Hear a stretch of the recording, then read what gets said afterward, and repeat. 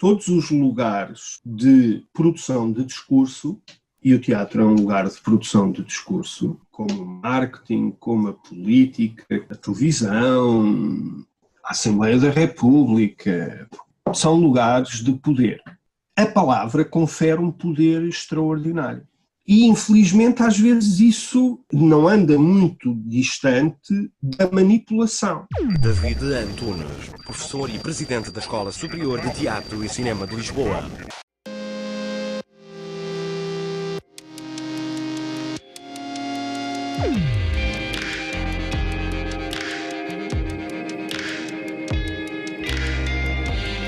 Carne esperta. Sou o Bicho, um jornalista do mundo das máquinas com o objetivo de investigar a inteligência humana. Olá, vamos então começar. 1. Conte-me um exemplo de inteligência humana a acontecer. Um exemplo de inteligência humana a acontecer pode ser, esperamos nós, este acontecimento aqui. Portanto, esperemos que eu consiga produzir algumas frases inteligíveis e que isso possa ser sinónimo de inteligência a acontecer. 2. Conte-me um exemplo de falta de inteligência humana a acontecer. A incapacidade de produzirmos frases com sentido, que não só nós percebamos, como as outras pessoas consigam perceber. Dá a impressão que cada vez se vai tornando mais difícil. As pessoas têm, às vezes, muita dificuldade em se fazer entender e em se exprimir. Não é perceptível, não se compreende bem. Talvez um dos aspectos fundamentais da inteligência seja a sua capacidade de ser flexível. Eu acho que a intransigência é um exemplo de falta de inteligência a acontecer. Uma coisa que me irrita nas artes é uma certa sobranceria intelectual das artes. Essa sobranceria é má a todos os níveis, mas é sobretudo estúpida, porque presume que os outros são estúpidos. Não há nada mais estúpido do que a presunção de que o outro é estúpido. Há uma componente interessante na estupidez que eu privilegio e que felizmente às vezes sinto, que tem a ver com uma componente da estupidez que tem a ver com o espanto. Em italiano, por exemplo, um stupido é alguém espantado. Aliás, em português, a palavra estupor quer dizer tanto estúpido como maravilhamento. Não é? Eu quero me sentir, por vezes, estúpido, nesse sentido de maravilhado, espantado. 3. Definição de inteligência. Trata-se de uma operação não apenas a de coleção de coisas, mas dessa coleção ter a capacidade de relacionar coisas, ou seja, de proceder sintaticamente, usar uma espécie de sintaxe, que é exatamente aquilo que acontece num texto. Não é? Temos diferentes coisas, que são palavras, depois temos que proceder a operações sintáticas para tornarmos essas palavras inteligíveis. O instrumento de trabalho do ator é o corpo, e esse corpo tem que lidar com vários elementos, dos quais um texto é apenas um deles. O elemento mais fundamental, digamos assim, desse corpo para um ator é, na realidade, o espaço onde ele se encontra. O ator tem um espaço limitado, circunscrito. Do meu ponto de vista, a inteligência do ator manifesta-se na maneira como ele lida com o espaço visível, com esse espaço que ele tem à frente dele, e com o espaço que está, por exemplo, atrás dele, ou que ele sabe que existe, mas que tem apenas uma apropriação sensorial que não é da visão. 4. Relação entre inteligência e conhecimento. Eu acho que às vezes o conhecimento é pouco inteligente. Por exemplo, de repente lembrei-me de uma coisa completamente pateta. Vou dizê-la. Citum, datum, itum, litum, quitum, pratum, rutum, situm, satum, statum, e falhou-me aqui 2 ou 3. Eu acabei de dizer uma coisa que é totalmente pateta. Eu sei onde é que a aprendi, foi na gramática de latim do meu 11º ano, ou coisa que eu valha. Eu consigo dizer isto, mas não consigo fazer nada com isto. A relação da inteligência com o conhecimento seria a capacidade de eu lidar com os dados do meu conhecimento. Eu acho que é perceptível que às vezes temos muitos conhecimentos que não sabemos fazer coisa nenhuma com eles. 5. Relação entre inteligência e experiência. Há pessoas inteligentes que são uma catástrofe do ponto de vista pragmático. No teatro temos um medo terrível dos atores a que nos referimos como, ele está cheio de vícios. Já tem alguma experiência, já tem, em alguns casos, muita experiência, aprenderam e incorporaram uma maneira de fazer que se sedimenta de tal maneira, que se solidifica, que por um lado é infalível, porque funciona sempre, por outro lado, às vezes uma busca por uma certa ingenuidade também é falsa, não é? 6. Relação entre inteligência e emoções. Devo dizer que não tenho muitas razões para desconfiar das minhas emoções. Aristóteles diz que os efeitos apropriados da tragédia não são as pessoas bater palmas ou ficar muito tristes, ou muito contentes, são as pessoas sentirem as emoções de medo e de piedade. A emoção de medo afasta-me dos objetos que me provocam medo. E a emoção de piedade aproxima-me dos objetos ou das pessoas que me causam piedade. Esta tensão emocional é profundamente importante para definir a minha posição relativamente à realidade. O que é que significa um processo de ilusão? Mais uma vez, aqui a etimologia pode ajudar-nos um bocadinho e no caso da palavra ilusão, eu acho que vale a palavra. Ilusão tem a ver com a expressão in, que é dentro, ludo, que é jogo. Participar num jogo. E presume-se que as pessoas que vão ao teatro e as pessoas que vão fazer teatro estão a entrar no jogo do teatro. Por exemplo, em inglês a gente diz play para representar. Um dramaturgo alemão conhecido chamado Brecht referia-se a isto dizendo isso não é mais do que embriaguez. Está tudo embriagado. A arte é um produto que causa embriaguez. Há uma coisa curiosa nos filmes que é a palavra fim. Eu não sei porque é que os filmes têm que ter a palavra fim. Não é óbvio que aquilo terminou. Não tem a palavra início, mas tem a palavra fim. E a pergunta é, mas não é óbvio que aquilo terminou? Porquê é que alguém tem que me estar a dizer que aquilo terminou? Se calhar porque é aconselhável que eu não vá para a rua a pensar que aquilo continua. Porque senão posso desatar aos beijos ou aos tiros em toda a gente. Quando as pessoas que saem, as senhoras velhinhas que saem da missa, dizem eu não percebi nada do que o senhor padre disse, mas é verdade que ele tem toda a razão porque eu chorei muito. Que o argumento que produz a verdade daquilo que ouvimos não tem nada a ver com aquilo que ouvimos, tem a ver com aquilo que aconteceu em mim. Talvez o teatro tenha esta capacidade de se fazer valer, sobretudo, de argumentos de natureza patética. O teatro existe porque acontecem coisas em nós. Todos os lugares de produção de discurso, e o teatro é um lugar de produção de discurso, como o marketing, como a política, a televisão, a Assembleia da República, são lugares de poder. A palavra confere um poder extraordinário.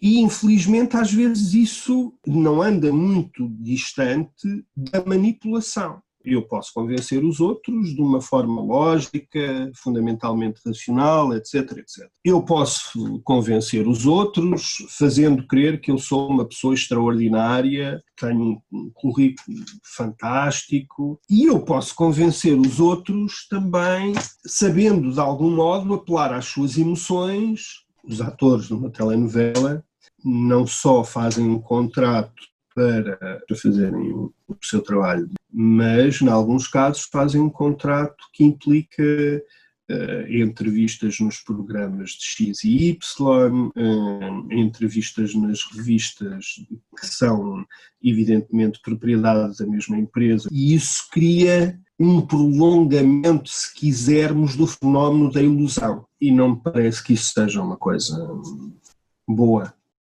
7.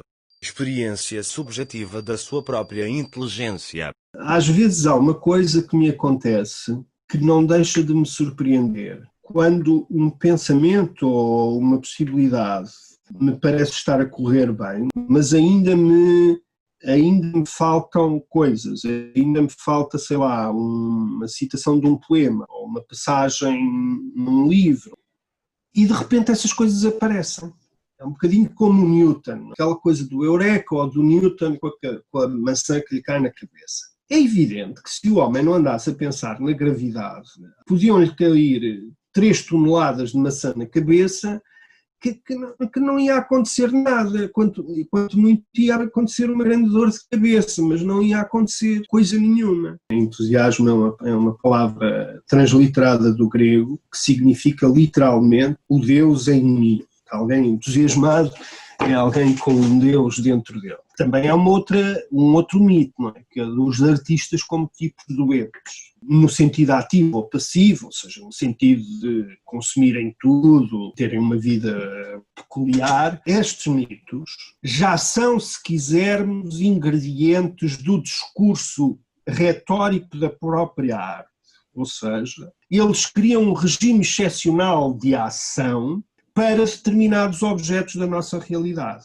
Pertencem a um regime excêntrico da agência humana, digamos assim, do agenciamento humano.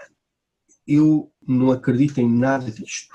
Um artista é uma pessoa especializada a fazer coisas que um padeiro, um sapateiro, um advogado, um condutor de caminhões, um professor, etc., não é. O que eu quero dizer com isto é que a atividade artística não é uma atividade excêntrica, no sentido especial, da atividade humana. É uma atividade, como qualquer outra atividade humana, que exige exercício, disciplina, treino, vocação, trabalho, determinação e que produz objetos que, em alguns casos, são indispensáveis do próprio artista. Por exemplo, o caso dos atores. Ser ator não é produzir nada fora de si, é produzir-se a si.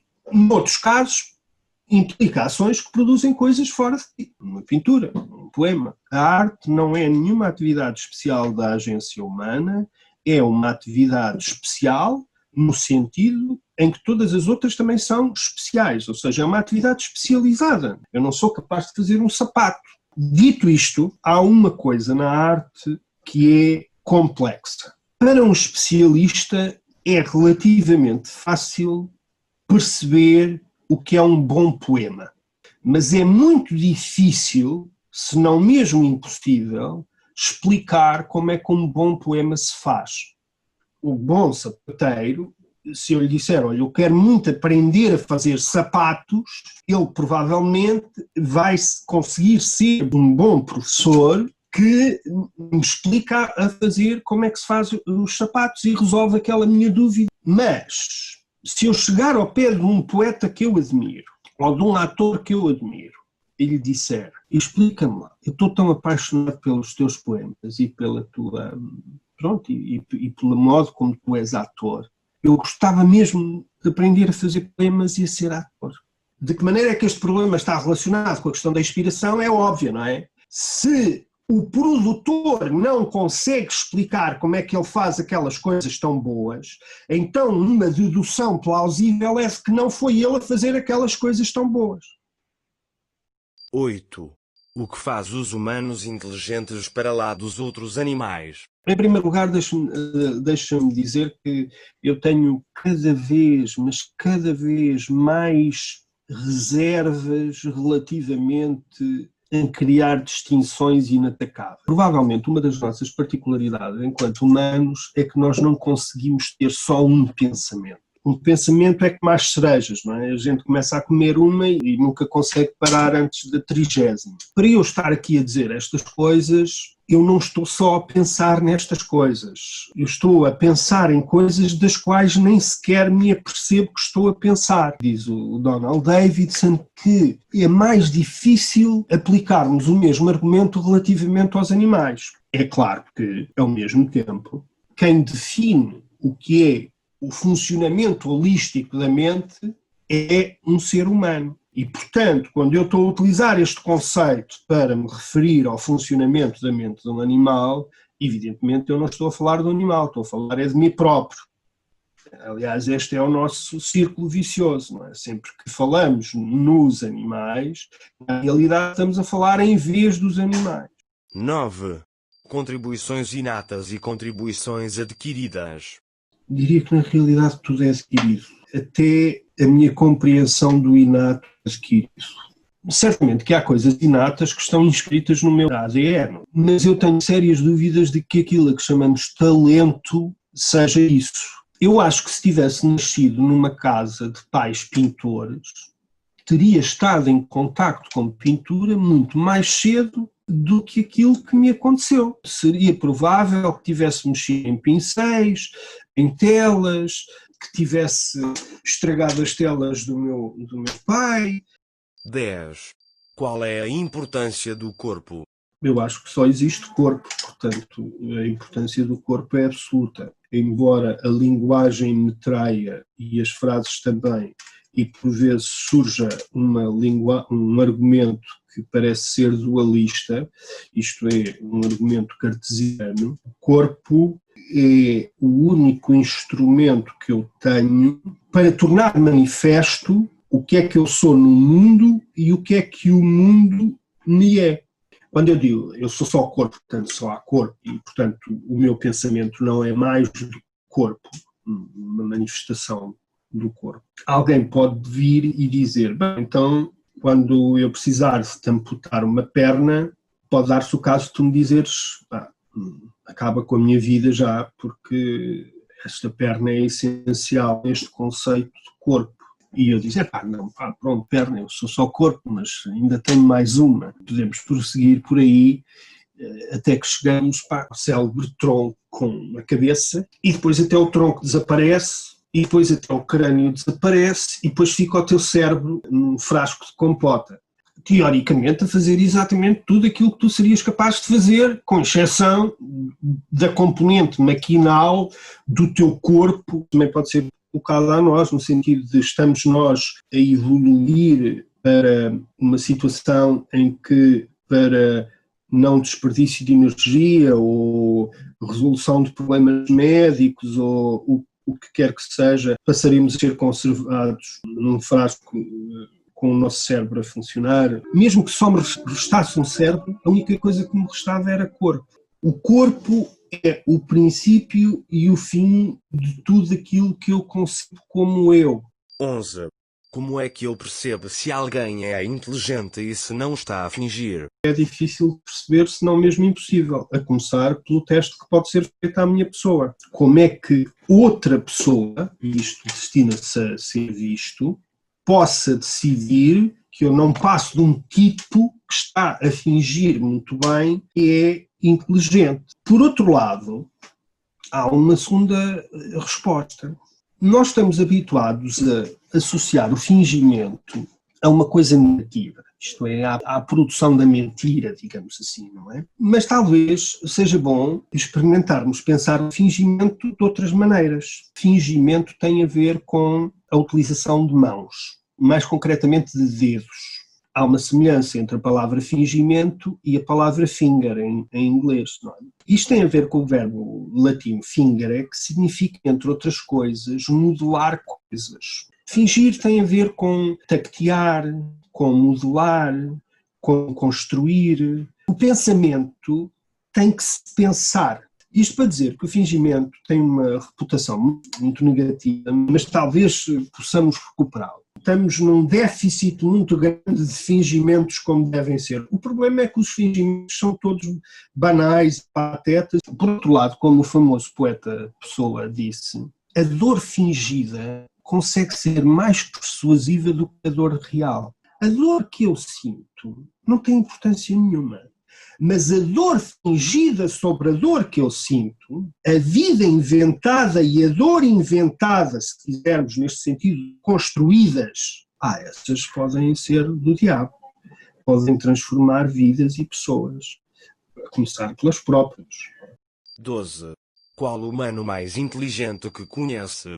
Eu tive a felicidade e o privilégio de ter uma mão cheia de professores que transformaram a minha vida. A responsabilidade que estas pessoas demonstravam perante o saber obriga-me a mim, compromete-me a mim a dedicar-lhe a minha vida. Por outro lado, de um ponto de vista muito objetivo e muito direto, a sua capacidade de relacionar e conjugar coisas improváveis. Consegue convocar exemplos, contra-exemplos, enfim, das mais diversas proveniências e com um resultado absolutamente inacreditável. 13. Como varia a inteligência do humano para o humano? A mim, aquilo que me preocupa é uma certa mitologia que faz da exibição da estupidez um sinal de verdade e de ingenuidade. Eu, quando às vezes faço zapping e vejo a televisão, em alguns programas, fico envergonhado. Sinto-me envergonhado por aquelas pessoas. Por elas perceberem ou não perceberem que alguém está a explorar e a promover a sua estupidez. E não é com intenções cómicas, porque o cómico aqui seria uma espécie de lenitivo, uma espécie de, era numa situação cómica, está a fazer pateta. Não. Era como se aquilo constituísse uma verdade existencial qualquer, que por alguma razão, por ser mais simples, apela às pessoas. 14. Como é que um humano pode aumentar a inteligência? Tão importante quanto exercitarmos a nossa mente, lermos, aprendermos, olharmos para o mundo. Eu, a partir de uma determinada altura da minha vida, percebi que era tão importante olhar para as coisas, para as pessoas, etc., como ler um livro. Nós estamos sempre a saltar sobre o mundo. Há uns anos atrás, eu perguntava aos alunos de primeiro ano da escola onde dou aulas, que são alunos de artes, de teatro e de cinema, perguntava-lhes se sabiam o nome de uma árvore, que é a única árvore, de um jardim interior que há lá na escola. E eu dizia-lhes qualquer coisa do tipo, eu acho que daqui a 3 anos, quando vocês saírem daqui, se vocês souberem o nome da árvore, é porque isto funcionou bem. Quando chegavam ao 3º ano, estávamos naquelas aulas de despedida, não é? Meios melancólicos e tal. E já agora, quem é que conseguiu descobrir o nome da árvore? E nos melhores casos, havia uma pessoa, ou 2 pessoas, que por alguma razão, ao longo do seu percurso de 3 anos, tinham tentado perceber como é que aquela árvore se chama. É engraçado é que neste jardim os alunos fazem tudo, enquanto que passam os 3 anos da licenciatura. Namoram, fazem pequenas apresentações, portanto a árvore fez parte do seu mundo e é um mundo especial porque é um mundo circunscrito, não é? Eu acho que nós estamos sempre a falhar as árvores, estamos sempre a ignorar e a saltar sobre as coisas que nos rodeiam. Por exemplo, vejo um crítico de arte a falar de arte. O que é extraordinário é que a primeira coisa que ele faz é saltar sobre o objeto. De repente ele começa a falar da corrente X e Y ou da tendência da contemporaneidade. Uma pessoa pergunta, mas a pintura? Já falaste da pintura? Às vezes termos um mundo de livros e de referências e de PDFs e de tudo, que é fantástica, faz-nos de alguma forma ter uma atitude de total menosprezo cognitivo pelo mundo que nos rodeia. 15. O que ainda o irrita na inteligência artificial? Nada. 16. Impacto positivo da inteligência artificial. Mas eu acho que o impacto positivo da inteligência artificial tem a ver com coisas como cansaço. As máquinas conseguirem suplementar as nossas imperfeições é uma coisa, um impacto positivo. 17. Impacto negativo da inteligência artificial. De uma forma muito pragmática, penso que já está a acontecer esse impacto negativo e, evidentemente, muitas profissões vão desaparecer. 18. Inteligência natural e artificial em 2050. Ainda bem que esta pergunta aconteceu para dizer que, num certo sentido, não há outro tipo de inteligência senão a inteligência artificial. A nossa inteligência é ela toda o resultado de processos artificiais, no sentido de que são processos construídos, adquiridos, etc, etc. Agora, dito isto, assumindo que a inteligência artificial é a inteligência das máquinas e a inteligência natural é a inteligência dos humanos, é evidente que eu temo que os humanos se tornem muito preguiçosos, envolvidos numa espécie de máfia de exibição de estupidez, que ainda por cima é cómoda, abdiquem cada vez mais de pensar por si e pensar o mundo e se rodeiem de artifícios tecnológicos que pensem por eles. 19. O que tem os humanos para além da inteligência? Cabelos, unhas, órgãos, secreções que uma máquina despede, pelos vistos. Eu acho que os seres humanos fazem uma coisa que é fantástica para eles, que é, eles gostam de se colocar obstáculos.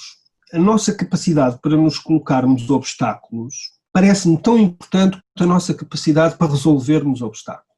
As máquinas não estão feitas para se colocarem obstáculos. As máquinas só estão feitas para resolverem a passagem de obstáculos. 20. Mensagem para os humanos que só agora nasceram.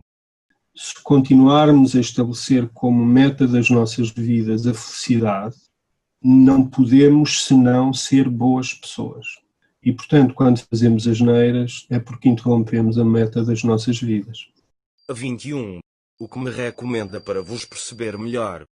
Sem dúvida que o escrutínio daquilo que nos acontece involuntariamente, ou seja, os acidentes, os erros, as dores, sem dúvida que o escrutínio destas coisas é a coisa mais importante para perceber o que são os seres humanos. 22. Para terminar, gostaria de me perguntar alguma coisa. Pode ser esta coisa de o que é que seria uma surpresa para uma máquina? O ser humano não é o senhor dos seres, mas o pastor do ser. Martin Heidegger. Terminei as perguntas. Muito obrigado.